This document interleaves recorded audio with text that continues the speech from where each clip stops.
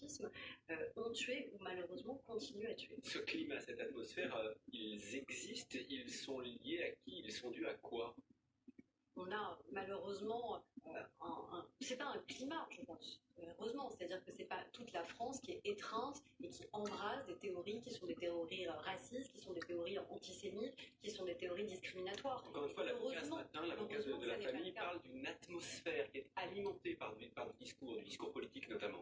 Mais qu'il y ait des discours de haine qui existent, on en reparlera d'ailleurs sur la question des réseaux sociaux. Oui, on a les discours de haine qui sont diffusés et propagés, mais on a une république qui tient, un État qui tient et qui combat toutes les formes de haine. Et encore une fois, sans hiérarchie. Celles et ceux qui cherchent à fracturer sont justement celles et ceux qui voudraient qu'on opère une hiérarchie comme s'il y avait des haines qui étaient plus importantes que les autres. Et surtout que c'est la première fois que le parquet antiterroriste se saisit d'une affaire dans une enquête qui est potentiellement liée à l'ultra-droite. Si c'était confirmé, ça veut dire qu'il faudrait aller encore plus loin dans la lutte contre certaines organisations.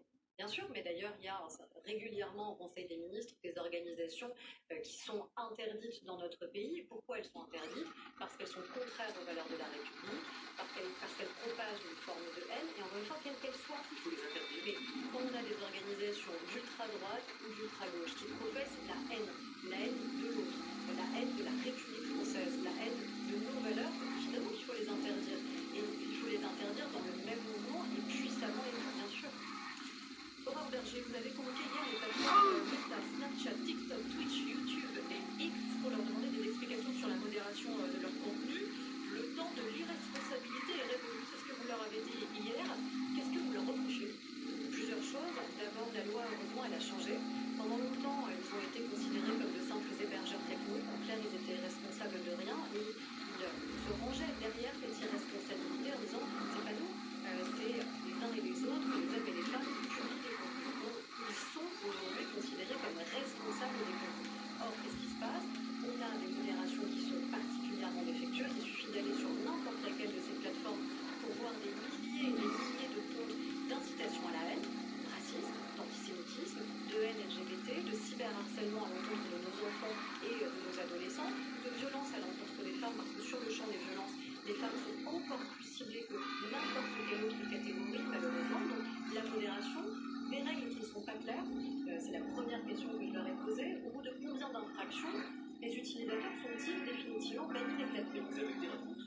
Alors, c'était disparate en fonction des plateformes, et souvent, ils n'avaient pas les réponses immédiatement. Il fallait qu'il y ait des consultants internes qui vérifient pendant la réunion. Il faut voir la ministre, vous savez à peu près ce que vous alliez leur dire, et il n'y avait pas de réponse. Mais c'est exactement ce que je leur ai dit. Vous êtes convoqué par une ministre de la République et vous êtes infichu d'avoir des réponses claires. Et ce qu'on veut, c'est un cadre clair. Encore une fois, sur un plateau de télévision, si vous avez un invité qui professe la haine, si vous ne l'arrêtez pas immédiatement, c'est vous qui serez mis en cause. C'est la chaîne qui sera mise en cause. Et là, c'est la même chose qu'on doit avoir sur les plateformes. C'est-à-dire qu'ils ne peuvent plus se ranger derrière une irresponsabilité et il faut des règles claires. On ne peut pas avoir un permis à avoir des propos racistes ou antisémites.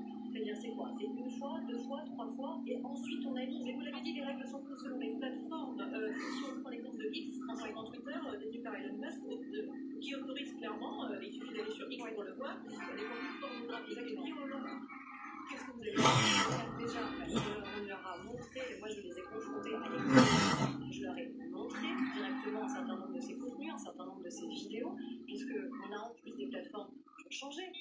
Récemment, X a changé, Meta, c'est-à-dire Facebook et Instagram, ont changé. Il y a eu des revirements spectaculaires de leurs dirigeants qui revendiquent justement ces valeurs, prétendues valeurs de masculinisme, de domination masculine, de prétendue virilité, comme si la virilité c'était que la violence. Heureusement que ça n'est pas ça.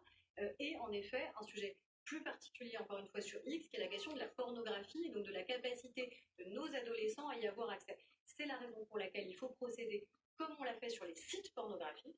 Sur les sites pornographiques maintenant, ils ont encore quelques semaines pour se mettre d'équerre avec une double authentification. C'est-à-dire, ce ne sera plus juste du déclaratif, j'ai plus de 18 ans. Non, c'est une vérification, carte d'identité, carte bancaire.